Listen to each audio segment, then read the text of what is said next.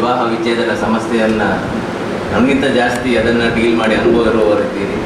ಎಲ್ರಿಗೂ ನಮಸ್ಕಾರ. ನಮ್ಮ ವಕೀಲರ ಕಚೇರಿ ಸಾಮಾನ್ಯವಾಗಿ ತೆರೆಯುವುದೇ 6 ಗಂಟೆ ನಂತರ. ಒಂದು ದಿನ ಇದೇ ಸಮಯ ಆಫೀಸ್ನಲ್ಲಿ ಕೂತಾಗ ನನ್ನ ಕ್ಯಾಬಿನ್ನ ಡೋರ್ ಓಪನ್ ಇಟ್ಟರೆ ಬೆಂಚಲ್ಲಿ ಕೂತ ಕ್ಲೈಂಟ್ಸ್ ಎಲ್ಲ ಕಾಣ್ತಾರೆ. ಹೀಗೆ ನೋಡುವಾಗ 2 ಜನ ಕೂತಿದ್ದಾರೆ. ನೋಡುವಾಗ ನವ ದಂಪತಿಗಳಾಗಿ ಕಾಣ್ತಾರೆ. ಒಬ್ರಿಗೊಬ್ರು ಅಂಟಿಕೊಂಡೇ ಕೂತ್ಕೊಂಡಿದ್ದಾರೆ. ಹೀಗೆ ಮಾತಾಡ್ತಾರೆ. ಎಲ್ಲಿದಂತ ಹೇಳಿದ್ರೆ ನನಗೆ ಒಳಗೆ ಚೇಂಬರಲ್ಲಿ ಕೂತವನಿಗೆ ಡಿಸ್ಟರ್ಬ್ ಆಗ್ತಾ ಉಂಟು. ಅವರ ಮಾತುಕತೆ, ಮೊಬೈಲ್ ತೋರಿಸೋದು, ಮಾತಾಡೋದು ಎಲ್ಲ. ಒಳಗೆ ಬಂದರು. ಅವರ ಟರ್ನ್ ಬರುವಾಗ ಒಳಗೆ ಬಂದವ್ರ ಹತ್ರ ಕೇಳಿದೆ ಏನು ಸಮಸ್ಯೆ ಅಂತ. ನೋಡುವಾಗ ಗೊತ್ತಾಯ್ತು, ನನ್ನ ಒಬ್ಬರು ಮಿತ್ರರ ಮಗ ಬಂದವ ಅಂತ, ಅವನ ಹೆಂಡತಿ. ಮದುವೆಗೆ ಕೂಡ ನಾನು ಹೋಗಿದ್ದೆ. ಏನಂತ ಕೇಳಿದರೆ, ಇಲ್ಲ ಸರ್ ಡೈವರ್ಸ್ ಬೇಕು. ಒಟ್ಟಿಗೆ ಬಂದಿದ್ದಾರೆ ಇಬ್ಬರು, ಅಷ್ಟು ಅನ್ಯೋನ್ಯ ಇದ್ದಾರೆ. ಭಾಳ ಆಶ್ಚರ್ಯ ಆಯ್ತು ನನಗೆ. ಸ್ವಲ್ಪ ಮಾತಾಡಿದೆ. ನಾನು ಹೆಚ್ಚಾಗಿ ಏನು ಮಾಡ್ತೇನೆ ಅಂತ ಹೇಳಿದರೆ, ಡಾಕ್ಟರ್ ಭಂಡಾರಿ ಅವರ ಹೆಸರು ಹೇಳಿಬಿಡ್ತೇನೆ. ಇಂಥ ಜನರು ಬಂದಾಗ ನೀವು ಕೌನ್ಸಲಿಂಗಿಗೆ ಹೋಗಿಬಿಟ್ಟು ಎಷ್ಟೋ ಜನರನ್ನು ಡಾಕ್ಟರ್ ಲತಾ ಅವರು ಕೂಡ ಅವ್ರ ಹತ್ರ ಕಳಿಸಿದ್ದು. ಇಲ್ಲ ನಾವು ಹುಡುಗಿ ಬಾಂಬೆಯವರು, ನಾನು ಬಾಂಬೆಯಲ್ಲಿ ಇದ್ದೆ, ಕೌನ್ಸಲಿಂಗಲ್ಲಿ ಅಲ್ಲಿ ಆಗಿದ್ದೆ ಸರ್, ಬೇಡ ಕೌನ್ಸಿಲಿಂಗ್ ಇದೆ. ಏನು ಕಾರಣ ಅಂತ ಕೇಳಿದ್ರು. ಕಾರಣ, ನಾನು ಇಷ್ಟು ವರ್ಷ ಬಾಂಬೆಯಲ್ಲಿ ಇದ್ದವಳು, ನಾನು ಡ್ಯಾನ್ಸರು, ನನಗೆ ಇಲ್ಲಿ ಊರಲ್ಲಿ ಆಗೋದಿಲ್ಲ, ನನ್ನ ಕ್ಯಾರಿಯರ್ ಇಂಪಾರ್ಟೆಂಟ್ ನನಗೆ. ಗಂಡನ ಹತ್ರ ಕೇಳಿದರೆ, ಹೌದು ನನಗೆ ಅವಳ ಮೇಲೆ ಏನು ದೂರ ಇಲ್ಲ, ಅವಳ ಭವಿಷ್ಯದಲ್ಲಿ ಒಳ್ಳೆ ಆಗದಿದ್ರೆ ಇರಲಿ, ಅವಳನ್ನು ಇಲ್ಲಿ ನಾನು ಉಡುಪಿಯಲ್ಲಿ ಕಟ್ಟಾಕಲಿಕ್ಕೆ ತಯಾರಿಲ್ಲ ಅಂತ. ಇವರು ತುಂಬ ಟ್ರೆಡಿಷನ್, ಮನೆಯಲ್ಲೇ ಇರುವಂಥದ್ದು ಇವಳು. ನಾನು ಅವರಿಬ್ಬರನ್ನು ಕಳಿಸಿದೆ, ಅವರ ತಂದೆಯನ್ನು ಕರೆಸಿದೆ ನನ್ನ ಮಿತ್ರ ಆದ್ದರಿಂದ. ಅವ್ರು ಹೇಳಿದರು, ನಾವೆಲ್ಲ ಸಾಕಷ್ಟು, ಅವಳ ಮೇಲೆ ಏನೂ ದೂರ ಇಲ್ಲ ನಮಗೆ, ಇವನದು ಏನೂ ತಪ್ಪಿಲ್ಲ, ಅವಳ ಕ್ಯಾರಿಯರ್ ಇಂಪಾರ್ಟೆಂಟ್, ಇವನಿಗೂ ಅವಳ ಕ್ಯಾರಿಯರ್ ಇಂಪಾರ್ಟೆಂಟ್ ಅಂದರೆ ಅದೇ ಇಂಪಾರ್ಟೆಂಟ್. ಸರಿ ಅಂತ ಹೇಳಿದರು. ಎಷ್ಟು ಚೆಂದ ನೋಡಿ, ಅವನೇ ಅವಳನ್ನು ಏರ್ಪೋರ್ಟಿಗೆ ಹೋಗಿ ಡ್ರಾಪ್ ಮಾಡಿದ. ಅವಳು ಏರ್ಪೋರ್ಟಿಂದ ಬಾಂಬೆಗೆ ಹೋದ್ಲು, ಕೇಸ್ ಫೈಲ್ ಮಾಡಿದ್ದು. ಅದರ ಮೊದಲು 6 ತಿಂಗಳಾದಮೇಲೆ ಅವನೇ ಹೋಗಿ ರಿಸೀವ್ ಮಾಡಿದ ಏರ್ಪೋರ್ಟಲ್ಲಿ, ಕರ್ಕೊಂಡು ಬಂದ, ಇದೇ ಮನೆಯಲ್ಲಿ ಕೂತ್ಕೊಳಿಸಿದ. ಆಮೇಲೆ ಇಬ್ಬರು ಒಟ್ಟಿಗೆ ಕೋರ್ಟಿಗೆ ಬಂದರು. ಕೋರ್ಟಿಂದ ಒಟ್ಟಿಗೆ ಹೋದರು. ಪುನಃ ಅದೇ ಮನೆಯಲ್ಲಿ ನಿಂತು ಮತ್ತಿನ ಬೆಳಿಗ್ಗೆ ಏರ್ಪೋರ್ಟಲ್ಲಿ ಹೋದ್ರು. ಆಶ್ಚರ್ಯ ಅಂತ ಹೇಳಿದ್ರೆ, ಅವನಿಗೊಂದು 6-7 ತಿಂಗಳ ನಂತರ ಮದುವೆ ಆಯಿತು. ಆ ಮದುವೆಗೂ ಬಂದು ಇಷ್ಟು ಸುಲಭ ನಮ್ಮ ಪ್ರೆಸೆಂಟ್ ಜನ್ರೇಷನಿಗೆ ವಿಚ್ಛೇದನ ಅಂತ ಹೇಳಿದರೆ ಇಷ್ಟು ಕ್ಯಾಶುವಲ್, ಇಷ್ಟು ಸುಲಭ. ನಾನು ಹಾಗಾಗಿ ವಿವಾಹ ವಿಚ್ಛೇದನದ ಸಮಸ್ಯೆಗಳ ಬಗ್ಗೆ ಮಾತಾಡೋದ್ರಲ್ಲಿ ಇದು ಭಾಳ ಬೇರೆ ಬೇರೆ ಕಾರಣಗಳುಂಟು. ಕೆಲವರು ತುಂಬ, ಇವರು ಕೊರಟಲ್ ಅವರು ಹೇಳಿದ್ರು, ತುಂಬ ಸೀರಿಯಸ್ ಮ್ಯಾಟರ್ಸ್ ಉಂಟು. ಫಿಸಿಕಲ್ ಅಬ್ಯೂಸ್, ಮೆಂಟಲ್ ಅಬ್ಯೂಸ್, ಅಥವಾ ಡಾಕ್ಟರ್ ಹೇಳಿದ್ರು ಸೈಕಲಾಜಿಕಲ್ ಇಶ್ಯೂಸ್, ಇದೆಲ್ಲ ಇಶ್ಯೂಸ್ ಉಂಟು. ಅದು ಯಾವುದಲ್ಲ ನಾನೀಗ 30 ವರ್ಷದ ಪ್ರಾಕ್ಟೀಸ್ ಮಾಡ್ತಿದ್ದೇನೆ. ಈ ವಿವಾಹ ವಿಚ್ಛೇದನ ಸಮಸ್ಯೆಗಳಲ್ಲಿ ಸಮಾಜದ ದೃಷ್ಟಿಯಿಂದ ಯಾವುದು ದೊಡ್ಡ ಸಮಸ್ಯೆ ಅಂತ, ಯಾವ ಕೇಸಸ್ ಅಂತ ಡಾಕ್ಟರ್ ನನಗೆ ಮೆಸೇಜ್ ಕಳಿಸಿದ್ರು. ಅವರು ಈಗಾಗಲೇ ಹೇಳಿದರು, ವೆದರ್ ಡೈವರ್ಸ್ ಇಸ್ ಬ್ಯಾಡ್ ಅಂತ ಕಳಿಸಿದ್ರು. ಅವ್ರು ಹೇಳಿದಾಗ ನಾನು ಹೇಳಿದೆ, it's like surgery, it's a cure ಅಂತ. In many cases it's cure. ಅವ್ರು ಹೇಳಿದಾಗ ಎಷ್ಟೋ ಸಲ ಅತಿ ಅಗತ್ಯ ಇರೋದು, ಹೊಸ ಬದುಕನ್ನು ಮಾಡುವಂಥದ್ದು. ಲೇಟ್ ಸ್ಟೇಜಲ್ಲಿ 70-80 ವರ್ಷ ಆದಮೇಲೆ ತಗೊಂಡವರಿದ್ದಾರೆ. ಆದರೆ what is really bothering is, ನಾನು ಇದರ ಬಗ್ಗೆ ಮಾತ್ರ ಕಾನ್ಸಂಟ್ ಮಾಡ್ತೇನೆ. Divorce by mutual consent very early age. ಮದುವೆ ಆಗಿ 5-10 ತಿಂಗಳು, 1 ವರ್ಷ, 2 ವರ್ಷ, ಹುಡುಗರಿಗೆ 25 ದಾಟಿರೋದಿಲ್ಲ. ಇಲ್ಲಿ ವಿವಾಹ ವಿಚ್ಛೇದನ ಸುಲಭವಾಗಿ ಪಡ್ಕೊಂಡು ಹೋಗ್ತಾ ಇದ್ದಾರೆ. ಈಗ ರಾಜಾರಾಮ್ ಕಲ್ಲೂರ್ ಅವರು ಸ್ಟ್ಯಾಟಿಸ್ಟಿಕ್ಸ್ ಹೇಳಿದರು, ಡಾಕ್ಟರ್ ಆಲ್ ಇಂಡಿಯಾ ಸ್ಟ್ಯಾಟಿಸ್ಟಿಕ್ಸು ಹೇಳಿದರು. 1990ಯಲ್ಲಿ ನಾನು ಪ್ರಾಕ್ಟೀಸ್ ಮಾಡುವಾಗ ಉಡುಪಿ, ಕಾರ್ಕಳ, ಕುಂದಾಪುರ ಈ 3 ತಾಲೂಕು ಒಟ್ಟು ಸೇರಿದರೆ ಒಂದು 20-25 ಕೇಸ್ ಜಾಸ್ತಿ ಆಗ್ತಿರಲಿಲ್ಲ. ಎಲ್ಲ ಕೇಸಸ್ಸು ಸೀರಿಯಸ್ ಮ್ಯಾಟರ್ ಕೊಡುವಂಥದ್ದು ಹೆಚ್ಚಿದೆ, ಸಣ್ಣ ಫಿಲ್ಮ್ಸ್ ರೀಸನ್ಸ್ ಇಲ್ಲ. ಇವಾಗ ನಿನ್ನೆ ಸ್ಟ್ಯಾಟಿಸ್ಟಿಕ್ಸ್ ತೆಗೆದ್ರೆ ನಾವು ಲಾಸ್ಟ್ ಎಷ್ಟು ದಿನ ಆಯ್ತು, 43 ದಿನ ಆಯಿತು ಈ ವರ್ಷದಲ್ಲಿ. ಈ 43 ದಿನದಲ್ಲಿ ಕುಂದಾಪುರದಲ್ಲಿ 18, ಕಾರ್ಕಳ ತಾಲೂಕಲ್ಲಿ 13, ಉಡುಪಿಯಲ್ಲಿ 35, ಒಟ್ಟಿಗೆ 66 ಕೇಸ್ 43 ದಿನದಲ್ಲಿ. ಅಂದರೆ 2 ದಿನಕ್ಕೆ 3 ಕೇಸ್ ಆನ್ ಆನ್ ಎವರೇಜ್. ವರ್ಷದ ಎಂಡ್ ಆಗುವಾಗ ಸಾಧಾರಣ 560 ಆಗ್ಬೋದು ಕೇಸಸ್. ಈ 560 ಕೇಸಸ್ಸಲ್ಲಿ ಸಾಧಾರಣ, ಮೇಡಮ್ ಇಲ್ಲಗಿರಿ, ಸಾಧಾರಣ ಒಂದು 400 divorce by mutual consent. Divorce by mutual consent ಎಷ್ಟೋ ಸಲ ಕೋರ್ಟಿನಲ್ಲಿ ವರ್ಷಗಟ್ಟಲೆ ಹೋರಾಟ ಮಾಡಿ ಕಡೆಗೆ divorce by mutual consent convert ಆಗೋದುಂಟು. ಅದಾದರೆ ಪರವಾಗಿಲ್ಲ. ಇದು ಫಸ್ಟಿಗೆ ಬಂದು ಡೈವರ್ಸ್ ಬೈ ಮ್ಯೂಚುವಲ್ ಕನ್ಸೆಂಟ್ ಹಾಕುವಂಥ ಕೇಸಸ್ಸೇ ಸಿಕ್ಕಾಪಟ್ಟೆ ಜಾಸ್ತಿ. ಈಗ ನಾವು ಒಂದೆರಡು ಶಬ್ದ ವಕೀಲರಾಗಿ ಹೇಳಬೇಕು. ಈ ಕೇಸಸ್ಸಲ್ಲಿ ನೀವು ಇನ್ನೊಂದು ಗಮನಿಸಬೇಕಾದ ಅಂಶ, ಇದರಲ್ಲಿ ಮಾಮದನ್ಸ್ ಬರುತ್ತೆ. ಅಲ್ಲಿ ಕುಲಾನಾಮ ಅಂತ ಹೇಳಿದರೆ ಹೊರಗೆ ಆಗ್ತದೆ, ಕೋರ್ಟಲ್ಲಿ ಬರೋದಿಲ್ಲ. ಮಾಮದನ್ಸ್ ಕೋರ್ಟಿಗೆ ಬರುವುದೇ ಇಲ್ಲ ಅಂತಲ್ಲ, ಬಹುಶಃ ಮಹಿಳೆಯರಿಗೆ ಡೈವರ್ಸ್ನ ಹಕ್ಕು ಕೊಟ್ಟದ್ದು ಮೊಹಮ್ಮದನ್ ಲಾದಲ್ಲಿ 1939ನಲ್ಲಿ ಕೋರ್ಟಲ್ಲಿ ಕೇಸ್ ಹಾಕಲಿಕ್ಕೆ ಕೊಟ್ಟಿದ್ದಾರೆ. ಇಲ್ಲಿ ಬರುವಂಥದ್ದು ಕೇಸಸ್ ಹಿಂದೂ ಮ್ಯಾರೇಜ್ ಆ್ಯಕ್ಟ್ ಇಬ್ಬರು ಇದ್ದಾಗ, ಡಿವೋರ್ಸ್ ಆ್ಯಕ್ಟ್ ಕ್ರಿಶ್ಚಿಯನ್ಸ್ ಇದ್ದಾಗ, ಇಲ್ಲದಿದ್ದರೆ ರಿಜಿಸ್ಟರ್ ಮ್ಯಾರೇಜ್, ಆ ಜಾತಿ ಈ ಜಾತಿ ಯಾವುದಂತಿಲ್ಲ, ರಿಜಿಸ್ಟರ್ ಆಫೀಸರ್ ಸ್ಪೆಷಲ್ ಮ್ಯಾರೇಜ್ ಆ್ಯಕ್ಟಲ್ಲಿ ಮಾಡುವಂಥ ಕೇಸಸ್. ಇದರಲ್ಲಿ ನಾನು ಈ ಮೆರಿಟ್ಸ್ನ ಬಗ್ಗೆ, ಡೈವರ್ಸ್ ಕೊಡೋ ಬಗ್ಗೆ ಪುನಃ ಹೇಳ್ತೇನೆ, ಮಾತಾಡೋದಿಲ್ಲ. ಮೆರಿಟ್ಸ್ನಲ್ಲಿ ನಾನಾ ಕಾರಣಕ್ಕೆ ಡೈವರ್ಸ್ ಸಿಗ್ತದೆ. ಈಗಾಗಲೇ ಮದುವೆ ಆಗಿದ್ದ ಪುನಃ ಮದುವೆ ಆಗುವಂಥದ್ದು, ಅಥವಾ ಸೀರಿಯಸ್ ಇಲ್ನೆಸ್ಸನ್ನು ಸಪ್ರೆಸ್ ಮಾಡಿ, ಮೆಟೀರಿಯಲ್ ಸಪ್ರೆಷನ್ ಮಾಡಿ ಸುಳ್ಳು ಹೇಳಿ ಮದುವೆ ಮಾಡುವಂಥದ್ದು. ಏನೋ ಒಂದು ರೋಗ ಇರ್ತದೆ. ನನಗೆ ಗೊತ್ತೊಂದು ಕ್ಲೈಂಟ್, ಅವರು ಮಹಿಳೆ, ಅವರು ಡೈಪರ್ ಹಾಕೇ ಇರುವಂಥದ್ದು 24 ಗಂಟೆ, ಇದನ್ನು ಸಪ್ರೆಸ್ ಮಾಡಿ. ಸೊ ಇಂಥ ಸೀರಿಯಸ್ ಮ್ಯಾಟರ್ಸ್, ಇದೆಲ್ಲ ಗ್ರೌಂಡ್ಸ್ ಫಾರ್ ಡೈವರ್ಸ್. ಅಥವಾ ಇಂಪಾರ್ಟೆನ್ಸಿ, ಮದುವೆ ಆಗಿ ದೈಹಿಕ ಸಂಪರ್ಕವೇ ಇಲ್ಲದೆ ಇರುವಂಥದ್ದು, ಅಥವಾ 18-21 ಚೈಲ್ಡ್ ಮ್ಯಾರೇಜಸ್ ಇಲ್ಲ ಅಂತ ಇಲ್ಲ. ಉಡುಪಿಯಲ್ಲಿ ಜಿಲ್ಲೆಯಲ್ಲಿ ಉಂಟು, ಇಲ್ಲ ಅಂತ ಹೇಳಲಿಕ್ಕೆ ಆಗೋದಿಲ್ಲ, ನಾನು ಹ್ಯಾಂಡಲ್ ಮಾಡಿದ್ದೇನೆ. ಇದೆಲ್ಲ ಸೀರಿಯಸ್ ಮ್ಯಾಟರ್ಸ್. ಇದೆಲ್ಲ ವಾಯ್ಡ್ ಮ್ಯಾರೇಜಸ್ ಅಂತ ಹೇಳ್ತಾರೆ, ಇದನ್ನು ರೆಕಗ್ನೈಸ್ ಮಾಡ್ತಾರೆ. ನಂತರ ಬರುವಂಥದ್ದು ಮೇಡಮ್ ಹೇಳಿದಂಥ extreme cases, physical cruelty, mental cruelty. ಏನು ದೈಹಿಕವಾಗಿ ಹೊಡೆಯುವುದಿಲ್ಲ, ಬಟ್ ನಾನಾ ರೀತಿ, ಅದು ಜಡ್ಜರು ಹೇಳಿದರು, ಅದು ಎಂತ ಹೇಳಿದ್ರು, ವೈಡ್ ಡೆಫಿನೇಷನ್. ಕ್ರೂಯಲ್ಟಿ ಅಂತ ಹೇಳಿದ್ರೆ ಭಾಳ ಡೆಫಿನೇಷನ್. ಒಂದು 50 ವರ್ಷ ಹಿಂದೆ ಬಹುಶಃ ಸ್ಕೂಟರ್ನಲ್ಲಿ ಹಿಂದೆ ಒಬ್ಬ ಮಹಿಳೆ, ಒಬ್ಬ ಎಂಪ್ಲಾಯಿನ ಒಟ್ಟಿಗೆ ಕರ್ಕೊಂಡು ಹೋಗ್ತಿದ್ರೆ, ಸ್ಟಾಫನ್ನು ಕರ್ಕೊಂಡು ಹೋಗ್ತಿದ್ರೆ, ಅದೇ ಸೀರಿಯಸ್ ಕ್ರೂಯಲ್ಟಿ. ಈಗ ಆಗೋದಿಲ್ಲ. So it is developing cruelty ಅಂತ ಹೇಳುವಂಥ ಶಬ್ದ, ಮೆಂಟಲ್, ಫಿಸಿಕಲ್ ಕ್ರೂಯಲ್ಟಿ. ಆಮೇಲೆ ಅಡಲ್ಟ್ರಿ, ಅದರ ಬಗ್ಗೆ ಹೇಳಿದರು, ಇನ್ನೊಬ್ಬರೊಟ್ಟಿಗೆ ಸಂಪರ್ಕ ಇರುವಂಥದ್ದು. These are all good grounds for divorce. ಇದನ್ನು ನಾವು ಏನಲ್ಲ ಅಂತ ಹೇಳಲಿಕ್ಕೆ ಆಗೋದಿಲ್ಲ. But what is again bothering is divorce by mutual consent. ಇದರ ಸಂಖ್ಯೆ ಸಿಕ್ಕಾಪಟ್ಟೆ ಜಾಸ್ತಿ. ಅದು ಈ particularly youngsters who have got good job, ಭಾಳ ಬೇಗ. ಇದು ಯಾಕೆ ಹೇಗಾಗ್ತದೆ ಅಂತ ಹೇಳಿದರೆ, ನನ್ನ ಅನುಭವ, ನೀವೆಲ್ಲರೂ ಅನುಭವಿಸ್ತಾರೆ. ಒನ್ ಈಸ್, ನಾನು ಮೇಡಮ್ ಹೊರಟವರು ಹೇಳಿದನ್ನೇ ಕಂಟಿನ್ಯೂ ಮಾಡಬೇಕು. It is earlier it was a stigma. Divorce ಅಂತ ಹೇಳುವಂಥದ್ದು ಅಷ್ಟು ದೊಡ್ಡ ಅದೊಂದು ಕಳಂಕ ಅಂತ ತಿಳಿತಿದ್ರು. ಈಗ ಇಟ್ ಈಸ್ ಎ ಸೊಲ್ಯೂಷನ್. ಆದರೆ ಸಮಸ್ಯೆ ಇದ್ದಲ್ಲಿ ಸೊಲ್ಯೂಷನ್ ಇದ್ರೆ ತೊಂದರೆ ಇಲ್ಲ. ಇದು ಸಮಸ್ಯೆಯೇ ಇಲ್ಲ, that is a big problem. ಏನಂತ ಕೇಳಿದರೆ ಏನೂ ರೀಸನ್ ಇರುವುದಿಲ್ಲ, ಅಬ್ಸಲ್ಯೂಟ್ಲಿ ನೋ. ಹೇಳಲಿಕ್ಕೆ ಇರುವುದಿಲ್ಲ, ಕೇಳಲಿಕ್ಕೆ ಇರುವುದಿಲ್ಲ. ಬರ್ತಾರೆ, ಒಟ್ಟಿಗೆ ಬಂದು ಹೋಗೋರನ್ನು ಎಷ್ಟೋ ಜನರನ್ನು ನೋಡಿದ್ದಾರೆ. ಒಟ್ಟಿಗೆ ಬಂದು ಒಟ್ಟಿಗೆ ಹೋಗಿ ನ್ಯಾಯಾಧೀಶರು ಅವರು ಹೊರಗೋದ್ಮೇಲೆ ನಮ್ಮನ್ನು ಕರೀದುಂಟು, ಏನು ಪ್ರಾಬ್ಲಮ್ ಅಂತ. ಅಷ್ಟು ಅನ್ಯೋನ್ಯವಾಗಿದ್ದಾರಂತೆ. ಬರ್ತಾರೆ, ಕೂತ್ಕೊಳ್ತಾರೆ, ಅದೇ ಪೆನ್ನಲ್ಲಿ ಒಂದು ದಸ್ಕತ್ತಾಗ್ತಾನೆ, ಕೂತ್ಕೊ ಅಂತ ಹೇಳ್ತಾನೆ, ಒಟ್ಟಿಗೆ ಕೂತ್ಕೊಳ್ತಾರೆ. ಇಂಥ cases they are increasing. And ಇದು ಈ ಸಮಸ್ಯೆಗಳಲ್ಲಿ ಅತಿ ದೊಡ್ಡ ಸಮಸ್ಯೆ. ಈ ನೆಕ್ಸ್ಟ್ ಇಸ್ ಕ್ಯಾರಿಯರ್. ಅವರು ಮೇಡಮ್ ಹೇಳಿದ್ರು ಡಿಪೆಂಡೆನ್ಸಿ. ಈಗ ಏನಾಗ್ತದೆ ಅಂತ ಹೇಳಿದರೆ, ನಾವೀಗ 3 Idiots ಮೂವಿ ನೀವು ನೋಡಿದಿರಿ, ಸಣ್ಣವ್ರು ನೋಡಿದ್ರೆ ದೊಡ್ಡವ್ರು ನೋಡಿದಿರಿ. Life is a race, if you don't run fast your life will be like a broken ಅಂಡ ಅಂತೇಳಿ ಸ್ಟಾರ್ಟ್ ಮಾಡ್ತಾರೆ ಸೀನಲ್ಲಿ. Life is a race. ಏನಾಗ್ತದೆ, ಫಸ್ಟಿಗೆ ಒಳ್ಳೆ ನರ್ಸರಿ KG ಕ್ಲಾಸಿಗೆ ಬುಕ್ಕಿಂಗ್, ಹಣ ಖರ್ಚು ಮಾಡಿ ಇಂಥಲ್ಲಿಗೆ ಹೋಗ್ಬೇಕಂತ ಹಣ ಇರಲಿ ಇಲ್ಲದಿರಲಿ. Next marks, special tuition, SLC, PUCಯಲ್ಲಿ ಮಾರ್ಕ್, ಎಕ್ಸ್ಟ್ರಾ ಕೋಚಿಂಗ್, ಡಿಗ್ರಿ ಮುಗಿಯೋ ಮೊದಲು ಕ್ಯಾಂಪಸ್ ಇಂಟರ್ವ್ಯೂ, ಜಾಬ್, ಆಮೇಲೆ ಹೋದ ಕೂಡಲೇ ಲಕ್ಷಗಟ್ಟಲೆ ಸಂಬಳ. ಸೊ ಇವರು ಏನು ಮಾಡ್ತಾರೆ ಅಂತ ಹೇಳಿದ್ರೆ, ಈ ಮಕ್ಕಳು, ದಿಸ್ ಈಸ್ ಕ್ಯಾರಿಯರ್. ಒಳ್ಳೆ ಸಂಬಳ ಇರೋದೇ ಸಮಸ್ಯೆ. Their concentration is only about career. ಮನೆಯಲ್ಲಿ ಜಾಯಿಂಟ್ ಫ್ಯಾಮಿಲಿ ಇಲ್ಲ, ಅಪ್ಪ ಅಮ್ಮ ಜಗಳ ಮಾಡೋದಿಲ್ಲ. ಈಗ ಇದಕ್ಕೆ ಕೋರ್ಸ್ ಬೇಕಂತ ಹೇಳಿದ್ರು ಬಹುಶಃ ವಿರೂಪಾಕ್ಷರವರು. ಇದಕ್ಕೆ ಹೌ ಟು ಲಿವ್ ಅಂತ ಹೇಳೋದಕ್ಕೆ, how to lead a married life ಅಂತ ಹೇಳೋದಕ್ಕೆ ಒಂದು ಕೋರ್ಸ್ ಬೇಕಂತ.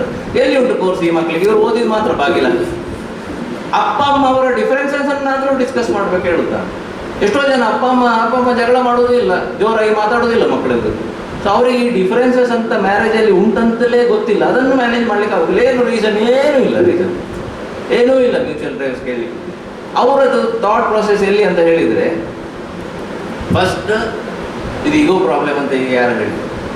ಫಸ್ಟ್ ನೀನು ಯಾವ ಕಂಪನಿ, ನಾನು ಯಾವ ಕಂಪನಿ ಅಂತ ಮದುವೆ ಆಗೋದು. ಆನಂತರ ನೀನು ನಾವು ಹೋಗಿ ಯಾವ ಅಪಾರ್ಟ್ಮೆಂಟಲ್ಲಿ ಇರಬೇಕು, ನಮ್ಮ ಕಲೀಗ್ಸ್ ಯಾವ ಅಪಾರ್ಟ್ಮೆಂಟಲ್ಲಿ ಅಂತ. ನೆಕ್ಸ್ಟು ಕಾರು ಯಾವುದಂತ.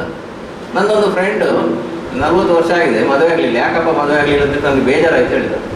ಏನು ರೀಸನ್ ಕೇಳಿದೆ ಅವನು. ರೀಸನ್ ಇಷ್ಟೇ, ಅವನು ಹೋಗುವ ಕಂಪನಿಯಲ್ಲಿ ಆ್ಯಂಡ್ರಾಯ್ಡ್ ಫೋನನ್ನು ಒಳಗೆ ತಗೊಂಡು ಹೋಗ್ಲಿಕ್ಕೆ ಬಿಡುವುದಿಲ್ಲ. ನೀವು ಹಳೆ ಕೀಬೋರ್ಡ್ ಫೋನ್ ತಗೊಂಡು ಹೋಗ್ಬೇಕು. ಅದನ್ನು ತಗೊಂಡು ಹುಡುಗಿ ನೋಡುವಾಗ ಅದನ್ನು ಇಟ್ಕೊಂಡು ಹೋದ. ಅವಳು ಒಂದೇ ರೀಸನ್, ಅವನ ಫೋನ್ ನೋಡಿ ಅವನಿಗೆ ಟೇಸ್ಟೇ ಇಲ್ಲ, ಸ್ಮಾರ್ಟ್ ಫೋನ್ ಇಲ್ಲ, ಅದಕ್ಕೆ this is the reason left ನಡೆದ. ನಾನು ಹೇಳಿದ್ದೀನಿ ಈಗ ಯಾರನ್ನು ಮದುವೆ ಆಗೋದು ಕೇಳ್ತಾನೆ ನಾವು, ಇಂಥದ್ದೇ ಆ್ಯಟಿಟ್ಯೂಡ್ ಇದ್ರೆ ನಾನು ನೋಡಿ ನನಗೆ ಸಾಕಾಯ್ತಂತ. ಸೊ ದಿಸ್ ಈಸ್ ಇದೆಲ್ಲ bench mark. Plus time and stress. ಎಷ್ಟೋ ಜನ ನೋಡಿದ್ದೀನಿ ಮದುವೆ ಆಗುವಾಗ ಇಬ್ಬರು IT ಅಂತ ಖುಷಿಯಲ್ಲಿ ಮದುವೆ ಆಗ್ತಾರೆ, ಕಡೆಗೆ ಅವನಿಗೆ ಜಾಬ್ ಬಾಂಬೆ, ಇವಳಿಗೆ ಜಾಬ್ ಪೂನಾ, ಇಷ್ಟೇ. ಸುರಿಗೆ ವೀಕೆಂಡ್ ಹೋಗ್ಲಿಕ್ಕೆ ಶುರು ಮಾಡ್ತಾರೆ, ಆಮೇಲೆ ಒಬ್ಬ ಒಂದು ವೀಕೆಂಡ್ ಸ್ಕಿಪ್ ಮಾಡ್ತಾನೆ, ನೀನು ಸ್ಕಿಪ್ ಮಾಡಿದ್ದೀನಿ ನಾನು ಸ್ಕಿಪ್ ಮಾಡಿದೆ ಅಂತ. Priority is job, priority is which company.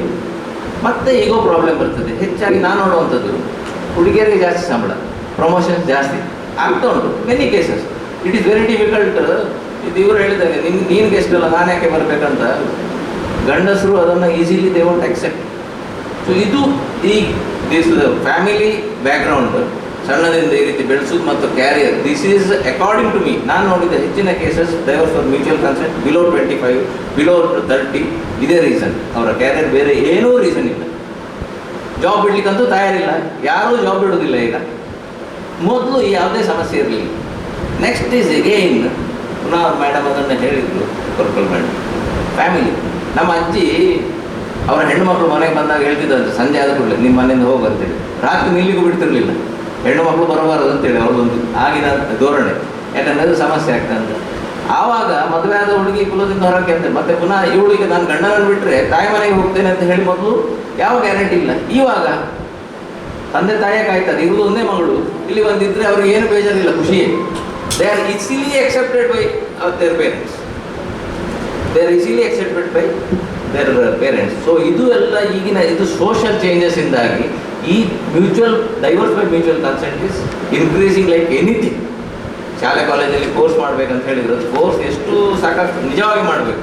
ಯಾಕಂತ ಹೇಳಿದ್ರೆ ದಿಸ್ ಇಸ್ ದಿ ಗ್ರೂಪ್. ನೀವೀಗ ಸ್ಟ್ಯಾಟಿಸ್ಟಿಕ್ಸ್ ತೆಗೆದ್ರೆ ಬಹುಶಃ ಏಜ್ ಗ್ರೂಪ್ ತೆಗೆದು ನೋಡಿದರೆ ಈ ಡೈವರ್ಸ್ ಬೈ ಮ್ಯೂಚುವಲ್ ಕನ್ಸೆಂಟಲ್ಲಿ ಈ ಗ್ರೂಪೇ ನಮಗೆ ಹೆಚ್ಚು ಆಗ್ತದೆ. ನಾವೇನು ನೆಕ್ಸ್ಟ್ ಇಸ್ ಟೆಕ್ನಾಲಜಿ. ನಾನೊಂದು ತಪ್ಪಿಗೆ ಬಿಡಬಾರ್ದು. ಈಗ ಮಾತಾಡ್ತಾ ಹೇಳಿದ್ರೆ ಎಲ್ಲ WhatsApp message, mobile, Android phone ಅಂತ. ನನ್ನ ಹತ್ರ ಒಬ್ಬ ಕ್ಲೈಂಟ್ ಬರ್ತಿದ್ದ ಕೆಲವು ವರ್ಷ ಹಿಂದೆ. ಹೆಂಡತಿ ಸಿಕ್ಕಾಪಟ್ಟೆ ಬೈತಾಳೆ ಮನೇಲಿ, ಡೈವರ್ಸ್ ಬೇಕಂತ. ನಾನು ಹೇಳ್ತೀನಿ ಕೋರ್ಟಲ್ಲಿ ಪ್ರೂವ್ ಮಾಡಲಿಕ್ಕೆ ಸಾಧ್ಯ ಇಲ್ಲ ಇದನ್ನು. ಯಾರನ್ನು ಕರ್ಕೊಂಡು ಬರ್ತೀನಿ ನೀನು ಹೆಂಡತಿ ಬೈತಿ ಅಂತ ಹೇಳಿ. ಮತ್ತೆ ಖಾಲಿ ಬೈದರೆ ಯಾರು ಡೈವರ್ಸ್ ಕೊಡೋದಿಲ್ಲ ಕೋರ್ಟಲ್ಲಿ.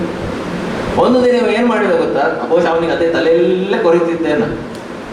ಅವಳಿಗೆ ಆ್ಯಂಡ್ರಾಯ್ಡ್ ಫೋನ್ ತೆಗೆಸಿಕೊಟ್ಟು ಮತ್ತೆ ಒಂದು ತಿಂಗಳು ಬಿಟ್ಟು ಬಂದ, ನಿಮಗೆ ಪ್ರೂಫ್ ಬೇಕಾಗುತ್ತೆ ಬೈಕೊಳ್ಳಿ. ಇದು ಹೇಗೆ ಗೊತ್ತಾ, ಈಗ ನನಗೆ ಬೆಳಿಗ್ಗೆ ಹೊರಡುವಾಗ ನನಗೆ ಮೇಡಮ್ ಏನು ಹೇಳ್ತಾರೆ ಗೊತ್ತಿಲ್ಲ, ನನಗೆ ಅಭ್ಯಾಸ ಉಂಟು.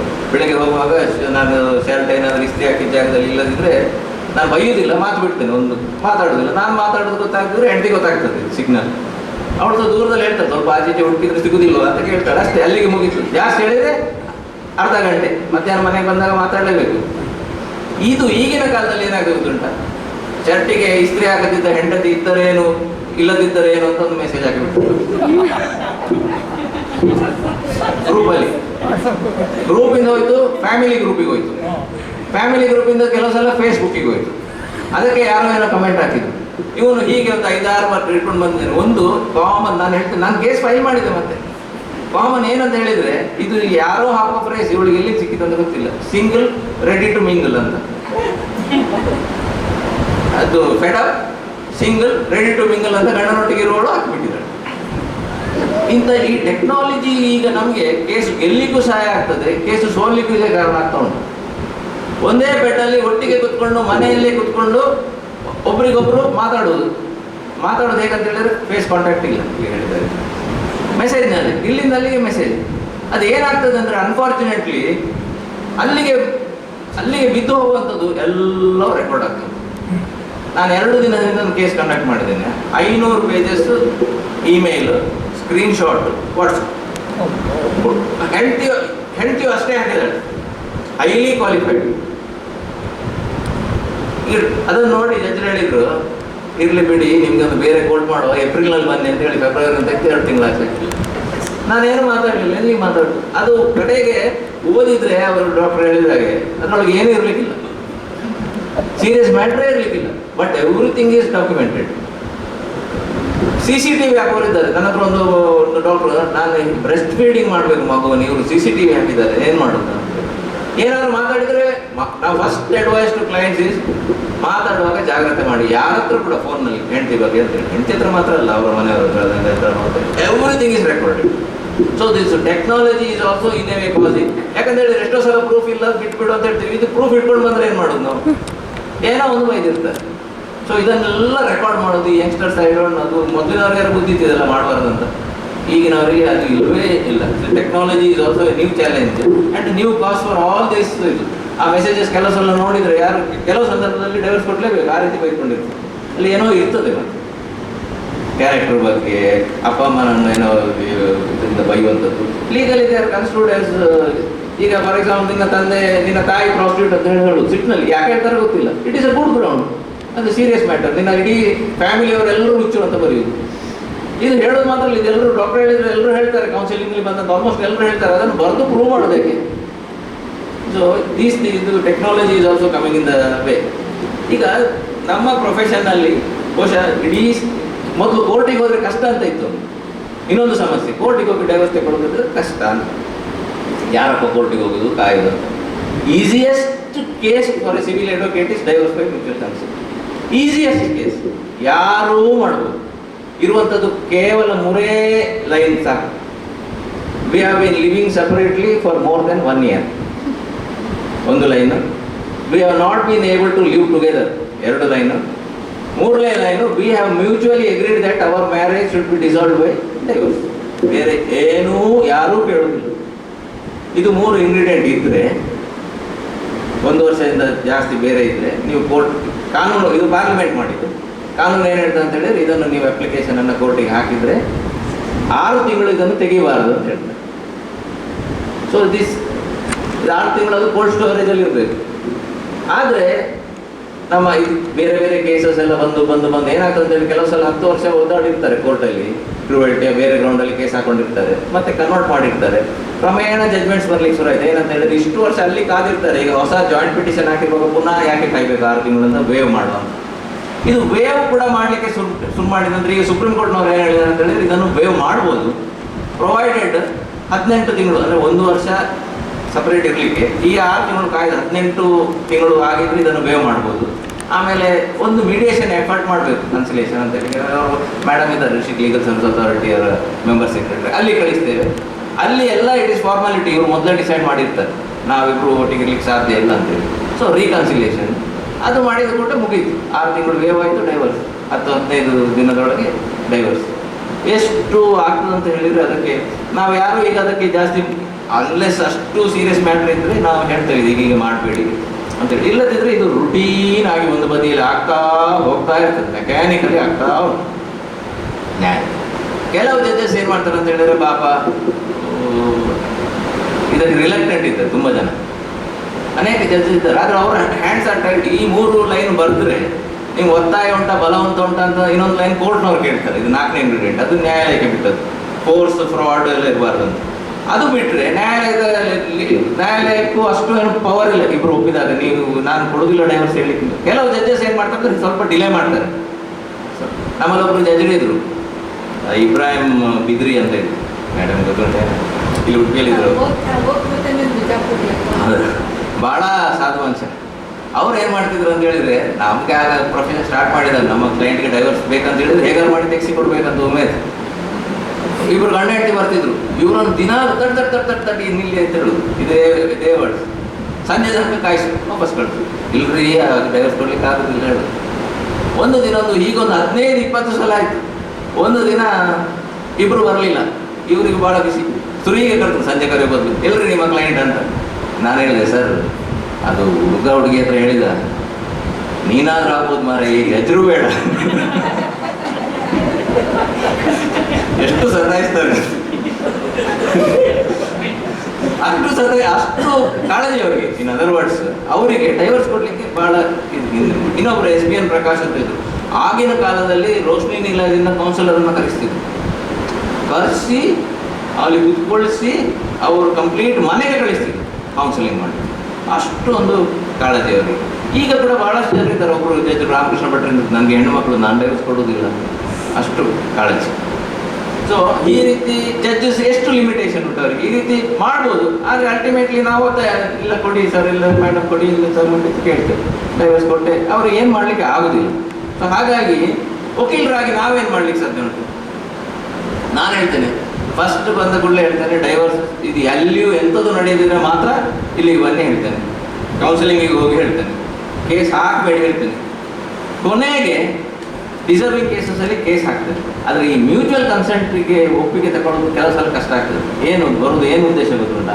ನನಗೆ ಇನ್ನೊಂದು ಮದುವೆ ಆಗಿದ್ರು ತೊಂದರೆ ಇಲ್ಲ, ಅವನಿಗೆ ಆಗಬಾರ್ದು, ನನಗೆ ಇಷ್ಟು ಖರ್ಚಾಗಿದೆ, ಇಷ್ಟು ವಸೂಲು ಮಾಡಿ ಕೊಡಲೇಬೇಕು, 20 ಲಕ್ಷ 50 ಲಕ್ಷ 1 ಕೋಟಿ, ಇದು ಅಮೌಂಟ್ ಎಲ್ಲಿಗೆ ಹೋಗ್ತು ಅಂತ ಹೇಳಲಿಕ್ಕಾಗೋದಿಲ್ಲ. ಇದನ್ನು ಡಿಮಾಂಡ್ ಮಾಡುವಂಥದ್ದು.